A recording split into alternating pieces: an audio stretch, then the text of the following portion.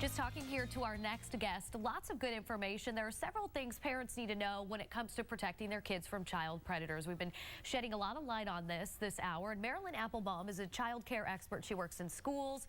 She also provides therapy to kids as well. And she's here to talk about how parents can kind of explain these types of things to their children if it's someone in their life that might be the predator. And that's something that many times parents don't think about. They think it's going to be maybe someone that they don't know, but many times it's someone they do know, right? Right. In the majority of the cases, it's not somebody who's out there they have to worry about, especially with the younger kids, or the preteens. They have to worry about somebody within their house, a neighbor. It could be a relative, it could be a boyfriend, somebody that the child knows. So they have to be able to talk to their child, and they have to tell their child, especially a young child. The way I like to tell them is that you have private parts, and those are the parts that are covered with the bathing suit. And those are the parts that nobody is supposed to touch, nobody's supposed to look at, and you're not supposed to touch or look at theirs. And then the parents need to role play with the child to say, no, I'll tell. One time I was working with a dad as a therapist, and he had molested his child, it turned out.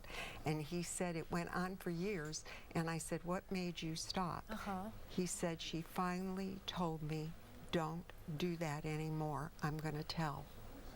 Oh, my goodness. Yeah. So someone had to have talked to that child? Or, I mean, how did that child understand to say that? Not sure. I don't know, but we need to teach children to say that. We need to teach them that. And then the other person that that parents have to watch out for are the strangers. And so one of the best ways to do that is teach children don't talk to strangers, and to give a code for if somebody's going to pick up that child, some kind of code word that nobody else knows. And and I mean, I heard that when I was a kid. That was the popular thing to do. So it's good to know that still works. It still works. And you brought in some books that we've been showing here. Explain what those are for.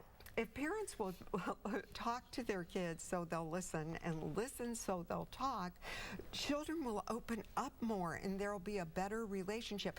A lot of times kids will say to their parent, somebody did this, somebody touched me, and especially if it's a boyfriend or something, the parents will say, no, they didn't. So it's learning to believe your child, learning how to open up the doors, and knowing the signs that your child is being molested. Because they're not going to walk up to you most of the time and say, this is what's happening. They're so embarrassed and ashamed.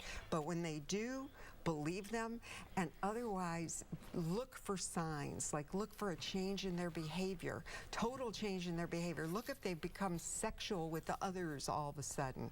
And what do you do if you recognize that? Because like you said, if it is, I mean, this is just a pure example, but let's say the mother's boyfriend. I mean, that is just, it's a startling thing to find out. What is the first step as a parent? What do you do? She's got to believe her child and dump the boyfriend. That's Do you call the police? I mean, is that what you do, number one? Absolutely. Call the police, bring them. That is a crime. That is a crime against that child. And try not to traumatize the child about it. You know, okay, this was wrong, but make sure that they don't feel they were responsible, because sometimes the predator will say, oh, it's you just make me feel so good, and so I'm going to hurt you if you tell someone, and that child's scared, right?